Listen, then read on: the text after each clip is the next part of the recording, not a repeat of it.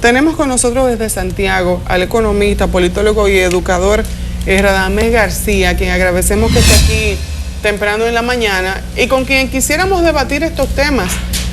¿Cómo impacta el aspecto económico? Pareciera como que no tuviera ninguna incidencia en esta campaña política, algo que toca tan cerca a los dominicanos, parece ser casi pasado por alto en medio de una campaña electoral. Es como si casi se olvidaran los problemas que tiene la gente en su esencia para abocarse a una locura electoral. ¿Es así? Sí, buenos días a ustedes y a los amigos y amigas televidentes. Lo que ha señalado el presidente del Consejo Nacional de la Empresa Privada, CONEP, ha puesto el dedo en la llaga. El problema de la reelección y del continuismo ha sido históricamente un factor de desajuste en la economía dominicana.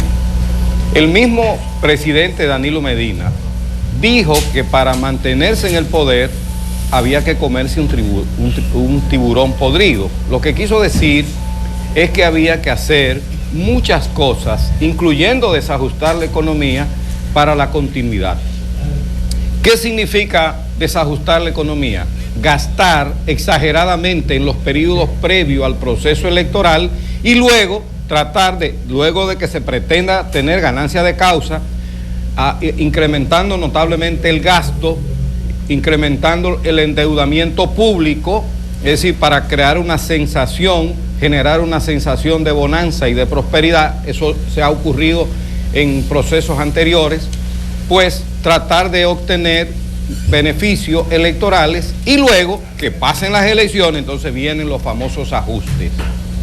Recordemos lo que pasó en el 2012, donde tuvimos el déficit fiscal más grande de toda nuestra historia. Según el Fondo Monetario Internacional, fue de 205 mil millones de pesos, es decir, un 8.5% del Producto Interno Bruto.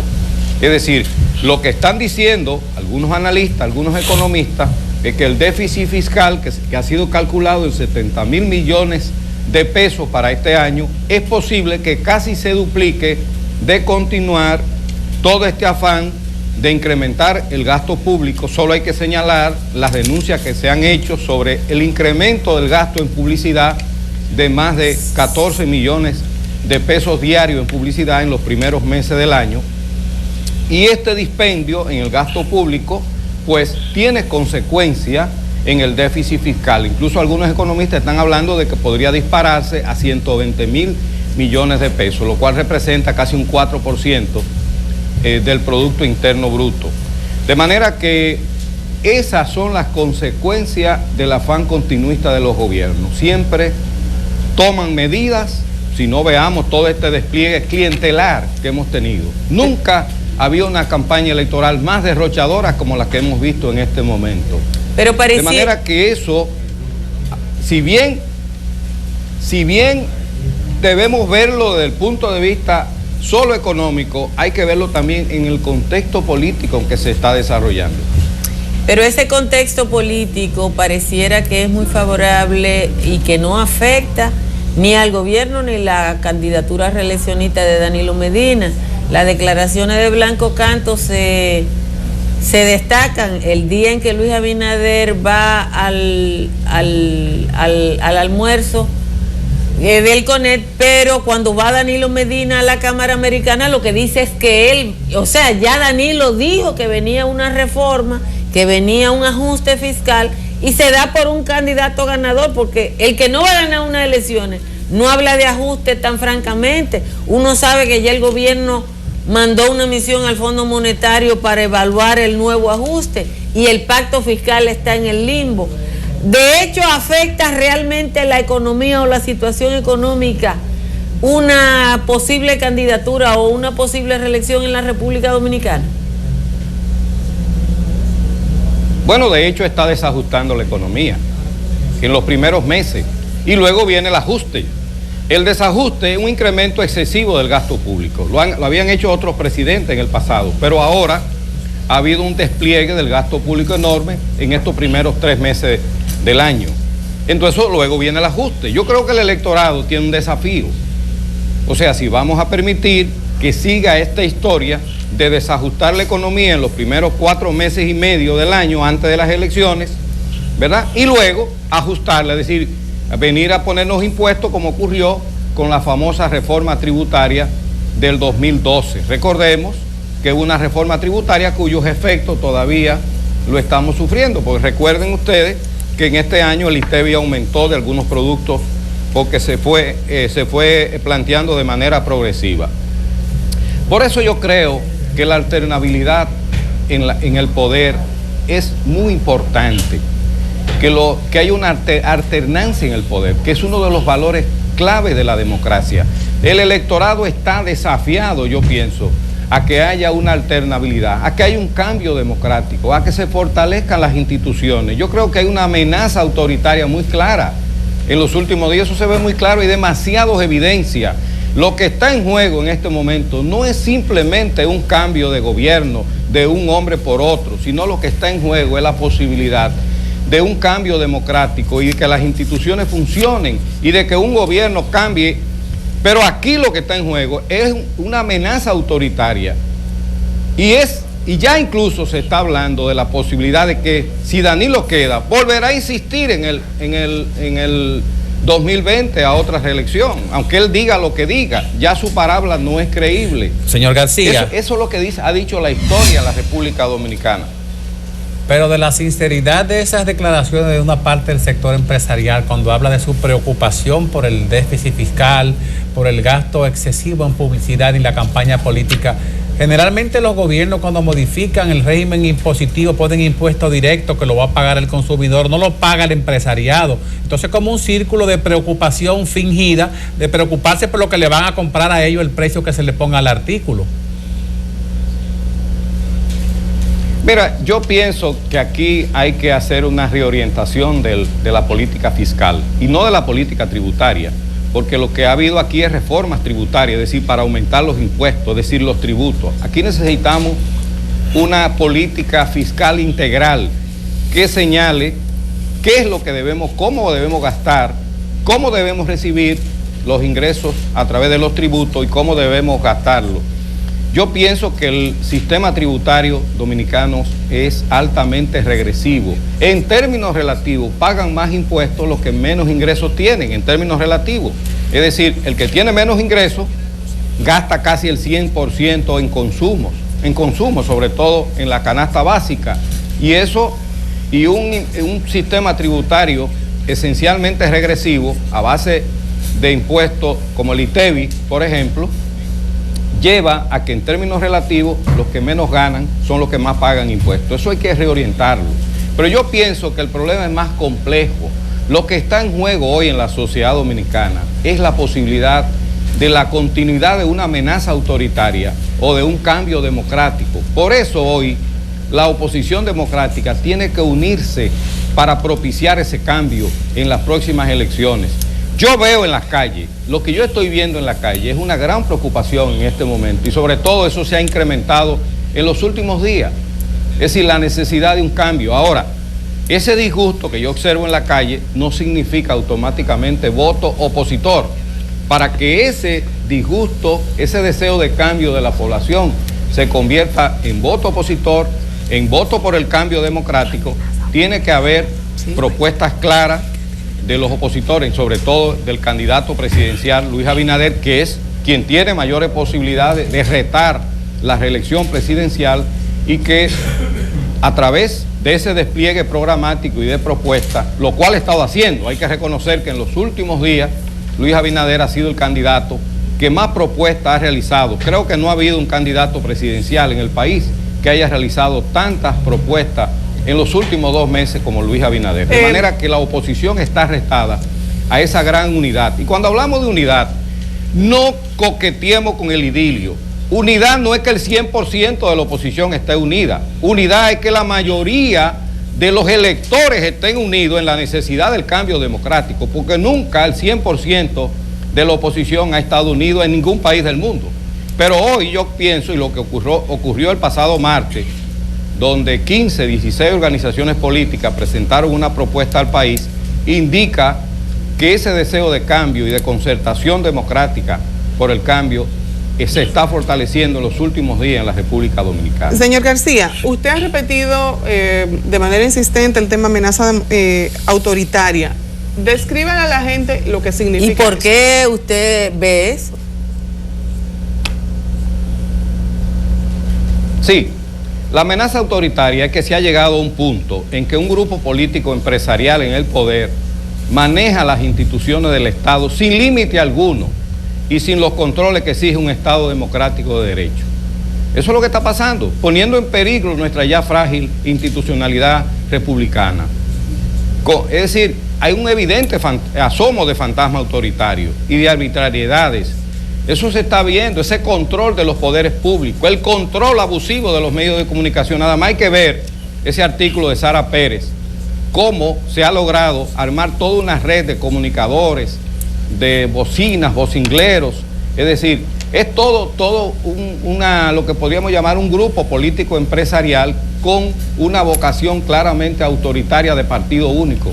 Nosotros que tenemos en este país 40, 50 años luchando por la democracia, no podemos permitir que el país caiga en una deriva autoritaria. Esa deriva autoritaria la representa el grupo político empresarial, la corporación que está hoy gobernando en el país. Vamos a decirlo con franqueza y con claridad. Señor García, pero pareciera como que la gente no quiere salir de esa amenaza autoritaria. Cuando uno ve las encuestas, con un 60%, 56%, entre un 56 y un 60%. Las tres encuestas publicadas esta semana dicen que Danilo Medina crece a un ritmo de 40.000 a 45.000 electores por día. Entonces parece que la gente no percibe esa amenaza autoritaria. Bueno, decía un narrador deportivo que el juego no se termina hasta que no se acaba. Las elecciones son el 15 de mayo. Lo que yo percibo en las calles, donde yo me muevo, es un deseo de cambio, un disgusto generalizado de la población por la delincuencia, por la corrupción, que se ha puesto de manera muy clara y evidente. Pero sobre todo, los que hemos luchado por la democracia, y a mí particularmente, lo que más me preocupa es esa amenaza autoritaria que yo veo en cierne, que veo muy claramente dibujada en el panorama político dominicano. Vamos a ver, las encuestas son un instrumento muy importante, la mercadología política también, pero es evidente que las encuestas también se utilizan como un elemento para tratar de sembrar, de construir una percepción de que las elecciones están ganadas y de que ya no hay nada que hacer. Ya eso es parte de la guerra psicológica, eso se ha hecho en muchas partes del mundo, dejar la percepción en la gente de que no hay nada que hacer, pero realmente yo lo que noto es una gran preocupación en la cúpula político-empresarial gobernante, realmente. Es decir, ¿por qué? Porque hay factores externos que le están cayendo en cascada y le preocupan mucho. Le preocupa lo que está pasando en Brasil, le preocupa lo que está pasando en Panamá, el deseo de cambio de la mayoría de la población a pesar de esas encuestas, lo que se ve en la calle. Es decir, yo creo que las cosas no están definidas. Vamos a esperar estas elecciones. Las elecciones son dentro de un mes y un día. De manera que yo no lo veo tan claro. Esas encuestas, algunas de ellas pueden ser correctas, otras no, pero muchas de ellas, la mayoría de ellas tienen un fin esencialmente propagandístico. Es decir, de crear una percepción de que ya no hay que ir a las elecciones, de que las elecciones son una formalidad y hay que derrotar esa percepción. Lo que en este país necesitamos un cambio y fortalecer esta debilitada institucionalidad democrática que vive la República Dominicana. Pero parecería una cirugía perfecta la actividad política del presidente de la República, que ha conseguido aparentemente pensar a la población en un desdoblamiento de lo que es la función del presidente de la República, Danilo Medina Sánchez, con el ejercicio del poder del PLD y de sus funcionarios, porque la población, según las encuestas, no saca la conclusión de que el presidente que está haciendo el caos, sino los funcionarios y el partido. ¿Es así? ¿Se siente así en Santiago? Mira, yo pienso que lo que ha pasado es que durante mucho tiempo todos los males de este país se le quisieron atribuir a Leonel Fernández. Se lo quisieron atribuir la oposición y se lo quiso atribuir el sector danilista también. Bueno, fue tanto así que ya ha sido denunciado que Quirino fue traído por el propio grupo gobernante actual de Danilo Medina para desmoralizar y realmente sacar de juego a Leonel Fernández. Pero yo pienso que de más en más la gente está asociando los problemas del país el ejercicio del poder de Danilo Medina. Yo pienso que eso está cambiando. Incluso la forma autoritaria en que reaccionaron ante el documental del Partido Revolucionario Moderno refleja la preocupación que ellos tienen en que la gente empiece a asociar todo lo negativo que hay de la delincuencia, la corrupción al actual equipo gobernante. Y yo creo que ese es el gran reto de la oposición, de que la gente entienda que Danilo Medina no está ajeno. Danilo Medina es el presidente de la República y él es responsable del agravamiento de los problemas sustantivos de los problemas del país. De manera que ese es el reto. Vamos a ver qué pasa en este mes que falta de las elecciones. Y yo digo que lo que yo percibo en la calle es un deseo de cambio, y creo que si la oposición y los ciudadanos conscientes, sobre todo los que no están organizados en partidos políticos, salen de las gradas e irrumpen en la escena pública, yo pienso que puede haber un cambio el próximo 15 de mayo en el país. Lo que usted dice de que usted percibe en la calle un deseo de cambio, también lo dicen las encuestas. Las 3 encuestas que han ido creciendo en favor de Danilo Medina dicen que más del 80% de la población tiene un deseo de cambio. Sin embargo, ese deseo de cambio no se traduce en asumir un proyecto político contrario a Danilo Medina. Faltan 28 días de campaña electoral. ¿Qué puede pasar para que ese 80% que desea un cambio cambie a su vez de personaje para liderar ese proceso?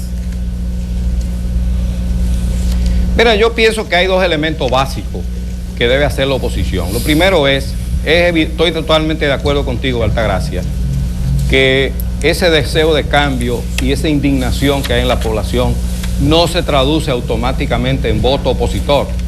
El opositor que crea eso no entiende lo que es la ciencia política. Hay 2 elementos claros, y la oposición y todos los que queremos un cambio en este país tenemos que entender que lo que está pasando, el agravamiento de la delincuencia, de la corrupción, tiene que ver con ese grupo político empresarial, lo que algunos sociólogos han llamado la corporación PLD, su ejercicio en el poder. Hay que dejarlo claramente establecido, y sobre todo establecido que su principal líder, Danilo Medina, es el responsable principal de todo ello. De manera que hay que seguir estableciendo de forma inteligente y documentada la responsabilidad de Danilo Medina en el agravamiento de los problemas nacionales. En segundo lugar, seguir en la producción de ideas, en el despliegue programático, que la oposición, demostrar que la oposición domina los temas nacionales y tiene propuestas para los problemas del país. En tercer lugar, derrotar la percepción que se quiere construir esa cúpula en el gobierno, con su parafernalia mediática de que las elecciones ya fueron ganadas por Danilo Medina y que asistir a la misma es una formalidad. Bueno. De manera que desde mi juicio, esos son los 3 elementos básicos en el cual la oposición debe basar toda su dinámica en el próximo mes. A mí yo lo que veo es que va a ser un poco cuesta arriba para la oposición. En 28 días. En tan poco tiempo, y ni siquiera 28, porque la gente... O sea, se sabe que, por ejemplo, al final de la contienda, la gente cada vez le presta menos atención, porque es tanto el bullicio que ha tenido que cada vez le presta menos atención a lo que dicen los políticos, salvo en su último acto de campaña. Creo que es muy cuesta arriba para el candidato Luis Abinader, que es el que se muestra el claro favorito de la oposición, poder acortar esa brecha lo suficiente que posibilite una segunda vuelta. Ni siquiera estoy pensando que se vaya en la primera vuelta, pero lo veo muy cuesta arriba para poderlo lograr. Hoy el Caribe publicó. Bueno, la propia intervención de ustedes, indica que toda esa campaña y esa parafernalia mediática ha tenido su efecto hasta en figuras independientes de la comunicación nacional. De manera que eso indica que hay que hacer mayores esfuerzos para derrotar esa percepción que se quiere construir y se ha venido construyendo a base de este grande derroche clientelar, a base de este martilleo permanente de las encuestas y a base de este control casi total de los medios de comunicación que hay en la República Dominicana. La tarea es dura, pero yo pienso que la oposición, el trabajo directo con la gente, el trabajo en las redes sociales, porque evidentemente la cúpula empresarial tiene un amplio control de los medios formales de comunicación, pero ahí están las redes sociales que están jugando un gran papel y está el contacto directo con la gente, que yo creo que no hay manera de evitarlo. Y yo lo que percibo en las calles es un deseo de cambio. Yo te lo digo porque cuando yo entro en cualquier grupo humano, la mayoría quiere un cambio. Ahora, eso no quiere decir que ese deseo de cambio se exprese en un voto opositor. Eso es lo que pero ya de por sí es un terreno que puede significar un cambio importante. Yo veo la posibilidad de un cambio y lo estoy percibiendo. Quizás muchos no lo ven así, pero veremos a ver lo que pasa en el próximo mes. Bueno, muchísimas gracias al señor Radamés García, economista, politólogo, educador, santiaguero, por estar con nosotros en esta entrevista central de Enfoque Matinal desde la Ciudad Corazón. Bueno.